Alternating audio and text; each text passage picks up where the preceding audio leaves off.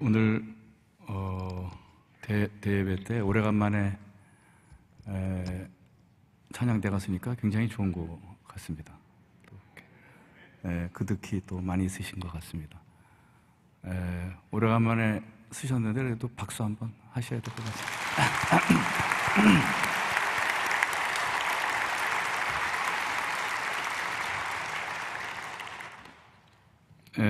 담임 목사님께서 외국에 미국에 회의차 가셔서 제가 스페어로 이렇게 이제 쓰게 되었습니다.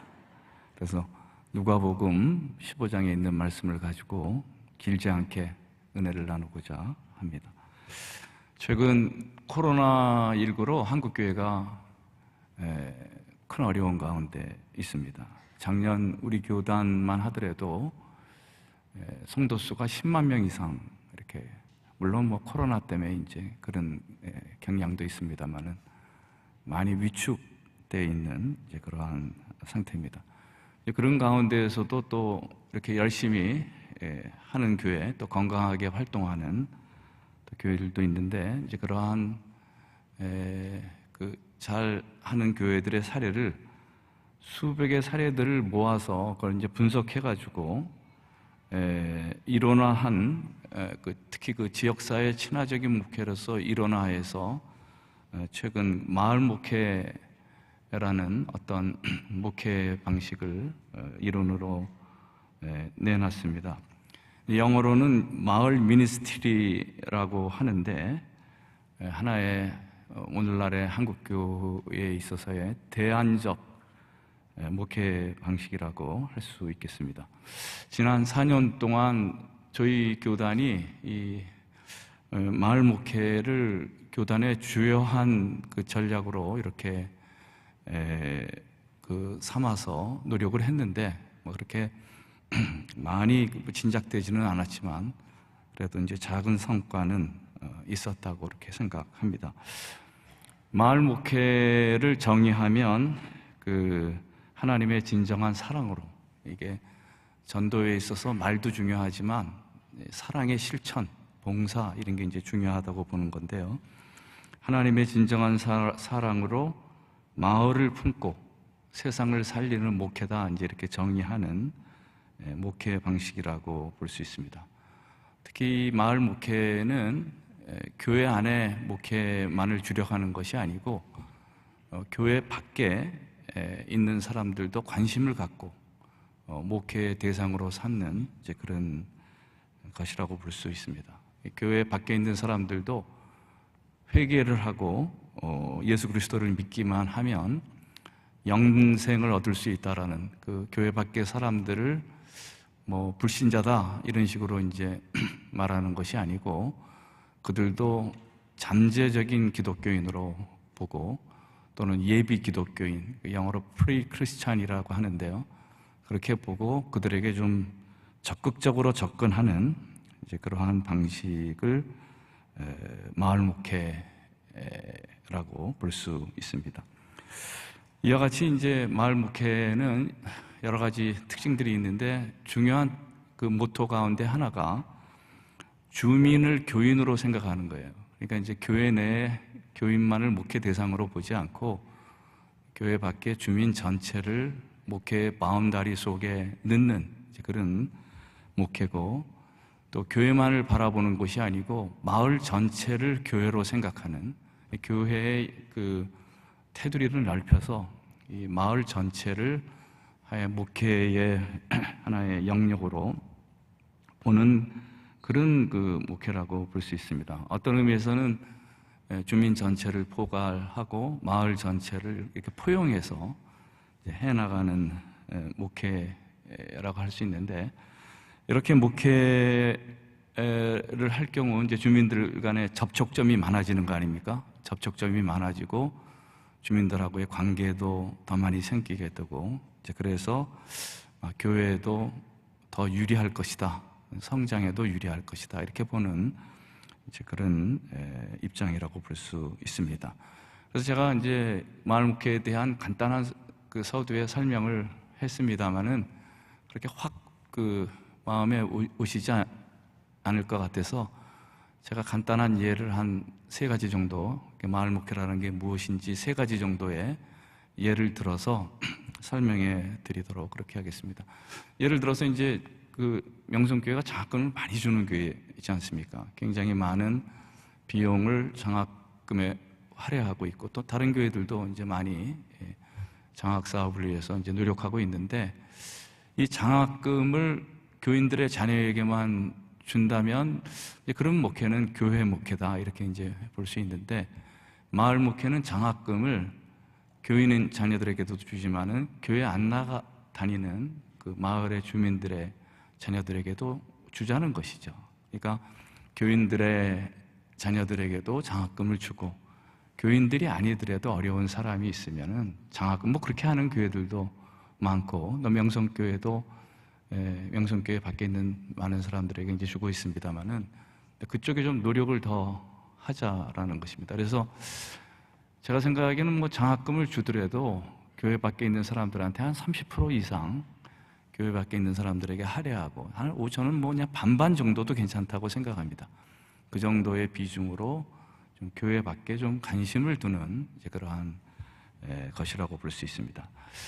두 번째 예로 제가 이제 우리가 보통 12월 되면은 서울에서도 김장을 하게 되는데, 김장을 해서 독거노인들에게도 주고 좀 힘든 사람들한테 김장을 이렇게 나눠주잖아요. 나눠줄 때에도 김장을 교인들 교인들에게만 나눠준다 그렇게 하면은 그거는 이제 교회 정목회다 이렇게 이제 볼 수 있는데, 그 김장을 해서 교회 안 다니는 사람들에게도, 교회 밖에 있는 사람들, 마을에 있는 사람들에게도 줬을 때 그런 목회를 마을 목회다 이렇게 표현할 수 있을 것 같습니다.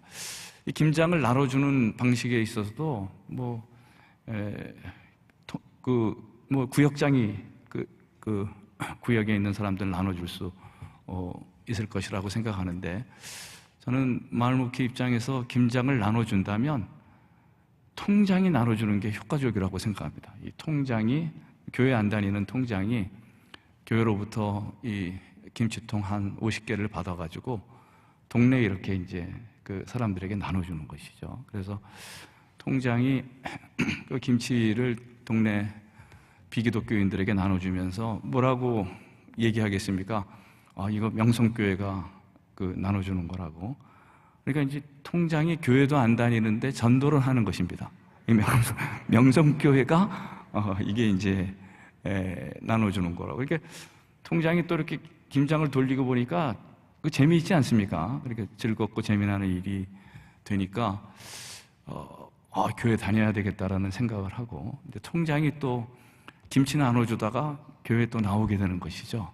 근데 나오게 되는데 동네 또 이제 어르신들 김치 나눠받은 어르신들에게 얘기해서, 내가 그냥 다음 주 교회 가려고 그러는데 교회 갈 사람들은 좀 모이면 좋겠다 했더니 50통 돌렸는데 20명이 이제 교회 안 다니는 분들이 우리 김치 먹었으니까 교회 가야 되겠다 이렇게 생각하고 이제 가게 되는 것이죠. 그래서 그와 같이 이제 이렇게 구역장이 김치 돌리는 것보다 통장이 돌리고, 또 교회 안 다니는 사람들에게도 주고, 이렇게 하면 보다 포용적이고 포괄적인 목회가 될 것이다 이렇게 생각하는 것이죠.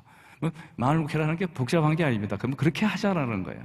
그러니까 관심을 교회 내의 영역에만 두지 말고 교회 밖으로 좀 이렇게 좀 그 영역을 교회 밖으로 이렇게 옮겨서 교회가 좀 마을을 향해서 파고 들어가는, 스며드는 교회가 돼야 되지 않겠나 하는 이제 그러한 취지의 목회라고 볼 수 있습니다. 제가 이제 두 번째 정도 얘기해서 거의 이제 이해되셨죠?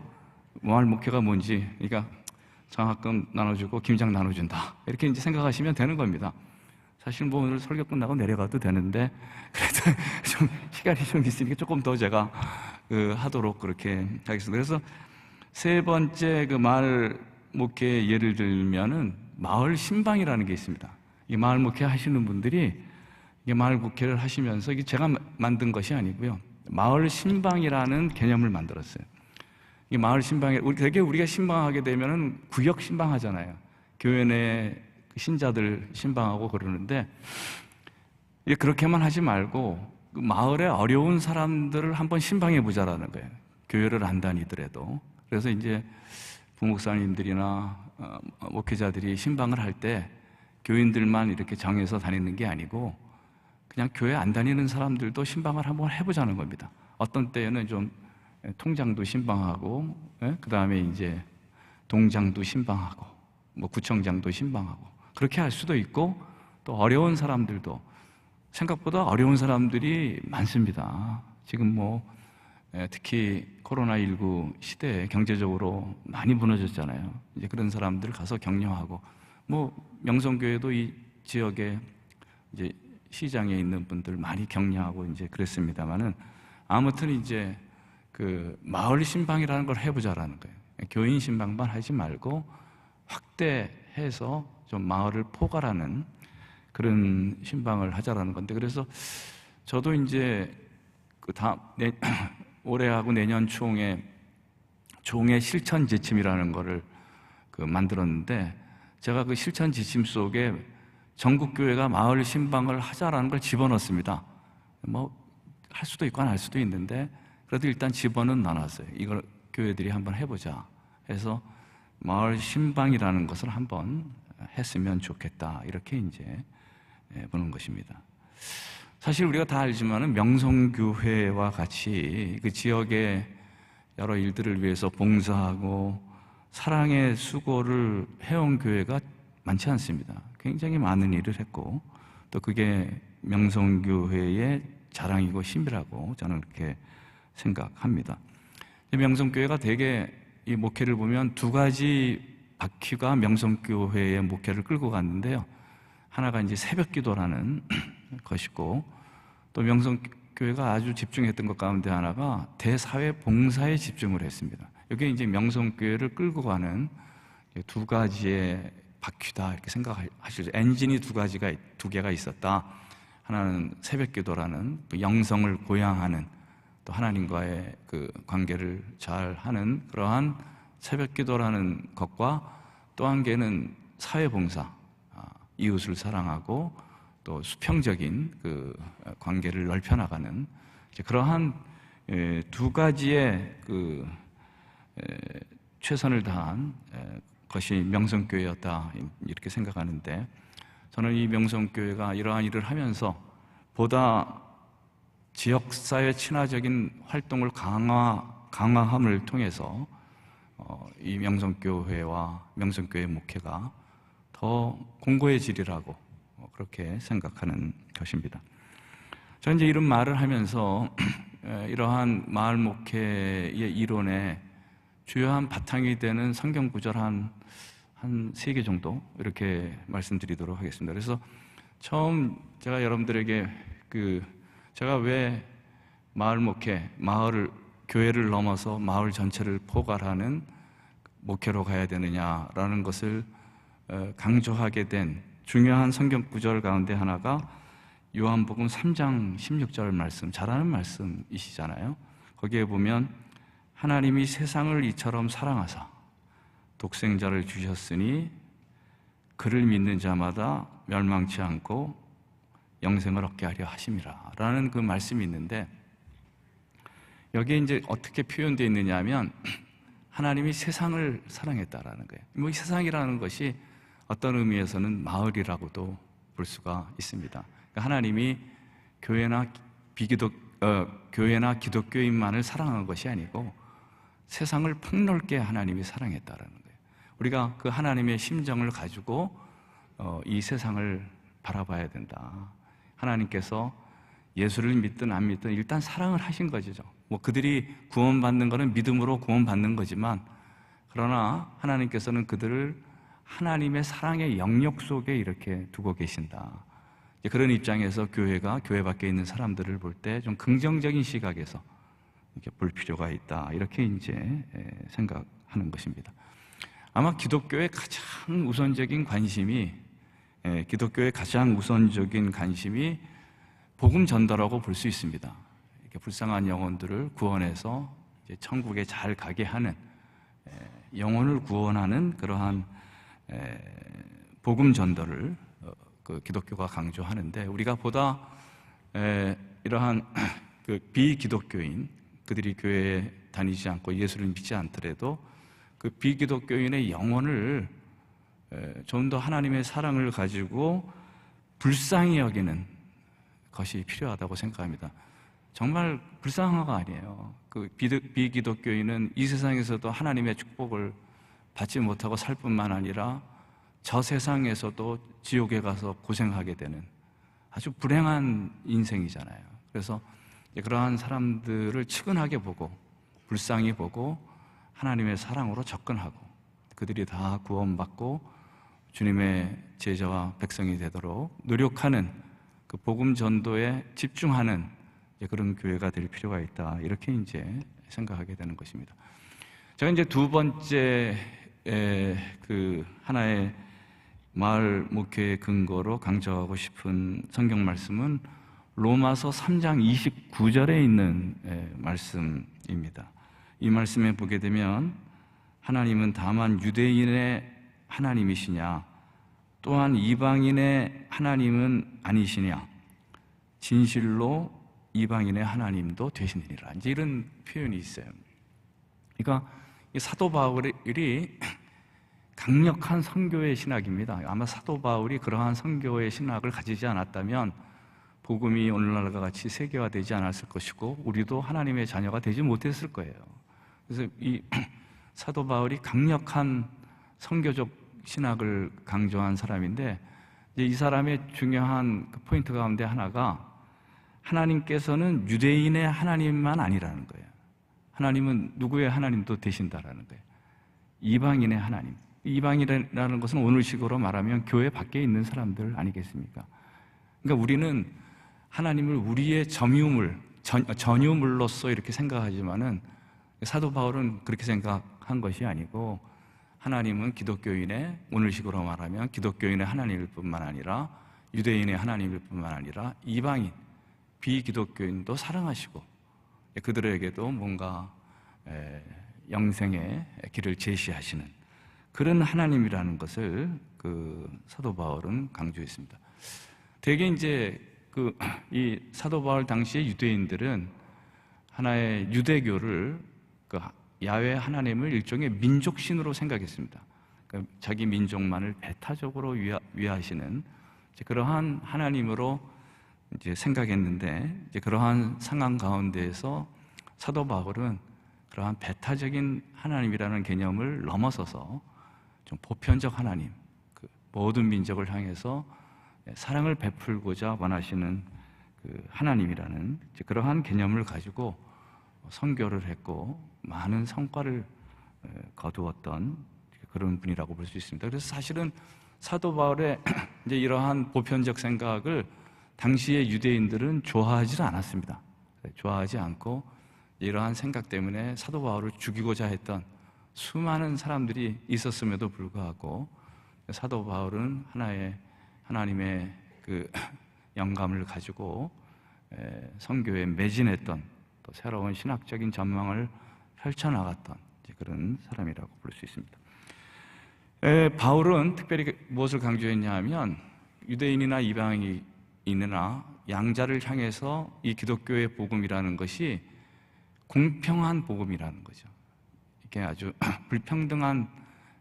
불공평한 복음이 아니고 공평한 복음이 돼야 된다, 이렇게 말하고 있습니다. 특히 로마서에서 사도 바울은 유대인이나 이방인이나 동일한 하나님의 사랑의 대상임을 얘기하면서 그 동일한 하나님의 사랑이고 또 그들을 이렇게 접근하면서 유대인과 이방인 사이에 차별성을 부각하기보다는 유대인과 이방인 사이에 공통점을 강조해 나가는, 그러니까 우리가 자꾸 이제 이방인과 유대인 사이, 기독교인과 비기독교인 사이에 벽을 쌀 수 있는 거 아니에요. 그 당시만 하더라도 유대인과 그 이방인 사이에 넘을 수 없는 엄청난 간극이 있었습니다. 벽이 있었는데 사도 바울은 그러한 차이를 가능하면 줄여나가고 이방인과 그 유대인 사이의 연속성과 공통점을 강조했던 그런 분이라고 볼 수 있습니다. 제일 처음 사도 바울이 유대인과 이방인의 연속성을 강조하면서 로마서 3장 19절부터 20절에 유대인이나 이방인이나 모두가 죄인이다, 이제 이러한 생각을 강조하고 있습니다. 유대인이나 헬라인이나 다 죄 아래에 있다. 이 본문에 보게 되면 유대인이나 이방인이나 같다라는 거예요. 어떤 면에서 다 같으냐 하면 모두가 다 죄인이라는 데서 같다라는 거예요. 그러니까 이 출발선상을 동일하게 만들어 놨습니다, 사도 바울은. 그래서 사실 유대인들은 그 당시 그렇게 생각하지 않았거든요. 자기네들이 독특한 선민이고 하나님의 율법을 소유한 백성이고 이런 식으로 차이성에 대한 강조를 했는데, 사도 바울은 차이성을 강조하기보다는 모두가 다 죄인이다라는 걸 강조한 그런 것입니다. 또 사도 바울은 또 한 개의 공통점을 강조했는데, 유대인이나 이방인에게 있어서나 구원의 원리는 같다라는 거예요. 구원받는 원리는. 로마서 3장 30절, 할례자도 믿음으로 말미암아, 또한 무할례자도 믿음으로 말미암아 의롭다 하실 하나님은 한 분이다, 이렇게 이제 표현하고 있습니다. 여기서 이제 할례자라는 표현이 있는데, 할례를 받은 사람이니까 유대인을 얘기하는 것이고, 그러니까 무할례자라는 것은 할례를 안 받은 사람이니까 이제 이방인을 얘기하는 것인데, 그러니까 유대인이나 이방인이나 구원의 원리는 같다라는 거예요. 뭘로 구원받는 거냐 하면 믿음으로, 우리가 회개하고 예수 그리스도를 믿음으로 구원받는다라는 거예요. 구원의 원리가 공평한 원리로 되어 있다라는 거예요. 이제 그것을 사도 바울이 강조한 것입니다. 사도 바울이 특별히 이렇게 아브라함도 행함으로 구원받는 게 아니고 믿음으로 구원받는다. 아브라함 같은 또 선택된 조상이 믿음의 조상이잖아요. 다 동일선상에 이렇게 놓고 있는 모습을 우리가 로마서에서 발견하게 되는 것입니다. 이렇게 사도 바울은 유대인이나 이방인의 어떤 공통점, 하나의 간격보다는 이들이 어떠한 서로 상응하는 점을 가지고 있는지를 강조함을 통해서 유대인과 이방인 사이에 벽을 쌓는 것이 아니라 그 테두리를 서로 이렇게 넘어갈 수 있는, 그 간격을 넘어갈 수 있도록 그렇게 만든 중요한 그 사람이라고 볼 수 있습니다. 그래서 이러한 하나의 로마서 3장 29절에 있는 말씀과 같이 하나님은 유대인의 하나님만 되시냐, 그렇지 않다라는 거예요. 이방인의 하나님도 되신다, 이런 이제 얘기를 하는 것이 마을 목회의 아주 중요한 배경이 되는 말씀이라고 볼 수 있습니다. 그래서 물론 이제 하나님이 유대인이나 이방인의 하나님이 되시죠. 그러나 구원받는 거는 뭘로 구원받는 거예요? 유대인이나 이방인이나 믿음으로 회개하고 믿어야 되는 거예요. 그 전까지는 잠재적 기독교인으로 남아있는 것이고, 실질적 기독교인이 되려면 믿음으로 회개함으로써 이제 구원은 받는 것이지만, 그러나 우리가 비기독교인을 볼 때 멸망의 백성이라든가 니네들은 지옥의 자식이라든가 이런 부정적 시각을 갖지 않는 것이죠. 그들도 가능성이 있는 사람들이다, 잠재적 기독교인이고 예비 기독교인이다라는 시각으로 이제 보는 것이고, 그러한 시각이 이제 사도 바울의 선교적 신학을 밑받침한 아주 중요한 것이고, 그러한 선교적 신학을 오늘의 시대에 다시 강조한 목회를 마을 목회로서 지금 정리하고 있습니다. 최근 미국 신학에 있어서도 이러한 강력한 선교적 신학을 바탕으로 한 논의들이 있었습니다. 그렇게 이제 선교적 교회론이라는 미셔널 처치라는 이제 그러한 개념들이 나와서 이제 있었는데, 그건 평신도들이 크게 개념할 필요는 없는 말이지만은 아무튼 이제 그러한 분위기로 한번 생각해 볼 수 있다라는 것입니다. 우리가 하나님은 그냥 기독교인만 사랑하고 비기독교인은 사랑하지 않는다, 성경은 그렇게 얘기는 하지는 않습니다. 다 사랑하신다는 거예요. 그들도 애틋하게 구원받기를 기다리시는 분이 하나님이라는 거예요. 불쌍히 여기는 심정과 시각을 가지고 하나님은 비기독교인을 보고 계신다라는 것입니다. 근데 우리가 만약에 그러한 하나님을 성경이 그렇게 말함에도 불구하고 하나님은 비기독교인은 사랑하지 않고 기독교인만 사랑하는 하나님이다 이렇게 말한다면 그것은 저는 굉장히 배타적이고 이기적인 생각이라고 저는 생각합니다. 그렇게 생각해서는 안 되고 포용적인 관점에서 또 선교지향적인 입장에서 생각해야 된다. 이제 그러한 것을 또 받침하는 세 번째 성경 구절이 있는데요. 이제 우리가 읽은 본문이라고 볼 수 있습니다. 그래서 우리가 읽은 그 설교 전에 읽은 본문의 내용이라는 게 양 100마리가 있다라는 거죠. 그런데 이제 그 100마리 중에 한 마리가 완전히 깽판을 치고 나간 거죠. 그러니까 이제 100마리 중에 한 마리가 그 길을 잃고 양우리 밖으로 나갔는데, 그러면 그 계산해 보면 그 우리 속에는 지금 몇 마리가 나옵니까? 100 빼기 1이니까 99마리잖아요. 근데 저는 사실 제가 목자라면은 그럼 한 마리 대충 버릴 것 같아요. 그죠? 그럼 뭐 99마리 있는데 99% 정도 되면 되는 거지. 대개 이제 수율 한 90% 정도면 되는 거 아닙니까? 그러니까 뭐 1% 정도 뭐 나가봤자 별 신경을 안 써도 되는 건데 예수님은 그렇게 얘기를 하지 않으셨어요.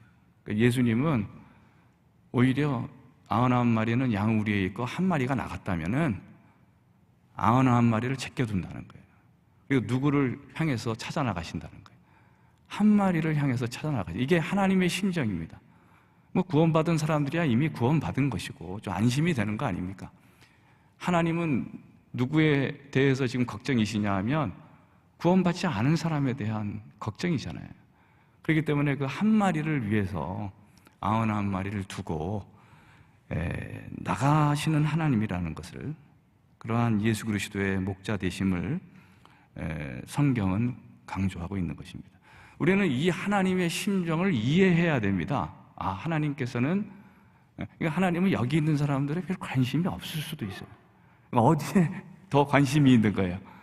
밖에 있는 사람, 죽어가는 사람, 멸망의 구렁텅이에 빠져들어가는 사람, 여기에 초점을 맞추셨고 거기에 관심을 두시고 이 사람들을 어떻게, 우리가 이러한 하나님의 관심에 우리가 뭔가 이렇게 좀 이렇게 우리 스스로를 조율해야 된다고 생각합니다. 하나님이 그들에 대한 관심을 가졌듯이 우리도 좀 교회 밖에 있는 사람들에 대한, 그들이 얼마나 지금 불쌍하게 살고 있는 것인지에 대한 불쌍한 마음을 가지고 우리가 이제 그들을 접근해야 된다라는 것을 다시 알게 되는 것입니다. 누가복음 15장 7절에 우리가 아까 읽은 본문입니다. 이런 말씀이 있습니다.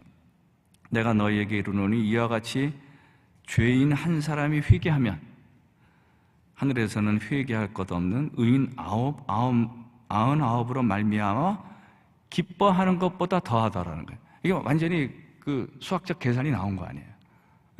그러니까 하나님이 한 명이 밖에 있는 사람이 회개하는 것이 99명 있는 것보다 더 좋아한다는 거예요.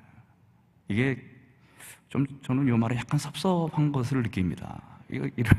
그래도 이렇게 저도 뭐 열심히 교회 봉사도 하고 헌금도 내고 열심히 주님을 위해서 살았는데 하나님은 어디에 더 액센트를 두고 있다라는 거예요.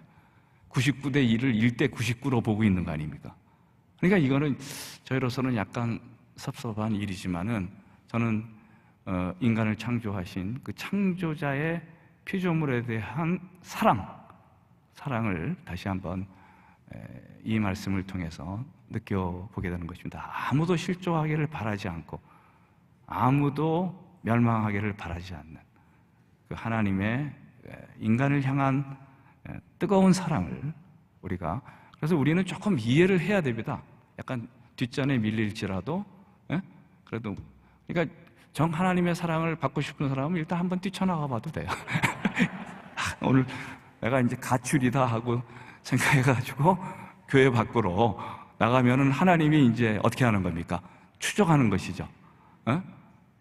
그걸 옛날에 뭐 추노 그런 거 있었죠? 하여튼 추적해가지고 조금 뭐 그렇게 할 수도 있겠지만은 그냥 대충 살아야 되지 않겠습니까? 너무 또 그렇게 그 티를 내고 그렇게 또 살 수는 없는 것이고, 그러니까 이제 아무튼 간에 조금 그런 하나님의 어떤 계산, 하나님의 수학적인 계산과 우리가 생각하는 수학적인 계산이라는 것이 같지는 않다. 이것을 이 말씀을 통해서 다시 보게 되는 것입니다. 하나님은 지금도 교회 밖에 있는 사람들을 포기하시지 않으신 겁니다. 포기하지 않고 그들을 멸망의 백성으로 보지 않고 그들도 구원될 수 있다는 걸 생각하면서 하나님의 사랑과 은혜의 대상으로 그저 줄곧 생각하시는 거예요. 이제 그런 하나님의 어떤 시각을 가지고 우리가 너무 지금 하나님의 시각은 1% 길 잃은 양 한 마리에 있는데 우리는 너무 이 안쪽에 지금 시각을 두고 있지 않느냐 이렇게 생각합니다. 지금 한국적 상황에서 얘기하면은 100마리 양이라면 한국에는 몇 퍼센트가 교인입니까? 한 20%가 교인이잖아요. 그러면 80명이 지금 밖에 나가 있는 것입니다. 하나님은 한 명만 나가도 그냥 그 정도로 애쓰셨는데 지금은 몇 명 나가 있는 거예요. 우리 속엔 20마리밖에 없고 밖에 80마리가 나가 있다면 저는 목회의 그 비중을 1대4로 둬야 된다고 생각합니다. 한국의 목회 비중은요, 교회 내에 일을 두고 교회 밖에 살을 둬야 돼요. 사실 더 둬야 됩니다. 그러한 것을 우리가 이러한 말씀을 통해서 다시 한번 깨닫게 되는 것입니다. 그래서 이게 이제 특히 이러한 마을 목회의 중요한 이론 가운데 뭐 좀 이렇게 마을 목회 소개하니까 하나님의 사랑이 좀 느껴지시는 것 같지 않습니까? 이게 중요한 건 하나님의 사랑을 내가 잘 이렇게 느끼도록 하는 건데 좀 느껴지셨죠? 이쪽은 잘 안 느껴지신 것 같이. 아무튼 이렇게 이제 하나님의 사랑을 우리가 이제 잘 느끼는 것이 중요하다라는 것을 이제 우리가 깨닫게 되는데, 이 마을 목회는 되게 좀 전통적으로는 어떻게 생각했냐면 비기독교인들을 회심시켜서, 그러니까 회개하고 예수를 믿게 해서 비기독교인이 있는데 그들을 회개하고 복음을 믿게 해서 회심시켜서 교회 공동체의 일원이 되게 하는 거거든요. 이런 이제 순서가 전통적 순서였는데 최근에 선교를 강조하는 선교적 교회론의 이 순서를 보게 되면 어떻게 순서가 되어 있느냐 하면 일단 비기독교인을요 교회 공동체의 일원으로 이렇게 그냥 웰컴하는 거예요. 환영하는 거예요. 그러니까 그들이 회개하고 복음을 믿어야 교회 공동체의 일원이 되는 게 아니고 그저 교회 안 다니는 교회 밖에 있는 사람들을 교회 공동체의 일원으로 포섭을 그냥 해버리는 거예요. 이렇게 그들을 그냥 껴안는 겁니다. 껴안아가지고 그들을 껴안은 다음에 그들에게 교육과 그 다음에 여러 가지 친교를 통해서 그들을 진정한 주님의 백성과 제자로 양육해 나가는 거예요. 순서가 좀 달라요. 그러니까 일단 우리가 교회 밖에 있는 사람들이 니네들이 회개하면 여기 들어올 수 있다 이렇게 얘기하지 말라는 거예요. 그러지 말고 그냥 그들을 어디로 웰커밍을 하는 거예요.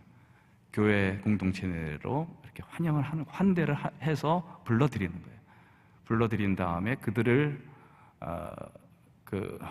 훈련해서 또 그들과 친교하고 훈련한 것을 통해서 그들을 하나님의 진정한 제자로 만들어 나가는 그런 이제 순서를 달리하는 이제 그런 거라고 볼 수 있습니다. 아무튼 우리 교회가 한국 교회가 지금 제가 보기에는 오늘의 시점에서 지금 한국 교회는 새로운 목회 대안을 찾아야 됩니다. 제가 이거 아주 강조하고 싶습니다.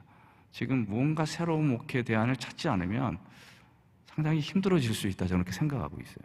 그래서 지금 제가 새로운 목회 대안의 중요 골간을 얘기한 것입니다.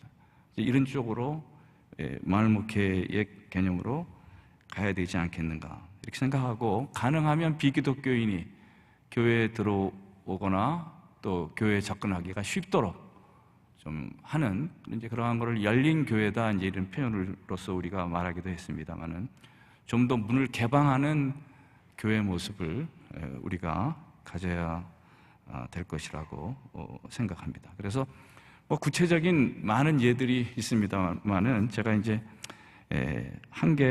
하나의 예 한 개 정도 드리고, 제가 한두 페이지 더 써놨습니다만은 생략하고 그냥 예 하나 정도, 알기 쉬운 예 하나 정도 드리고 그냥 말씀을 마치도록 이제 그렇게 하겠습니다. 오늘 잘 하나님의 사랑이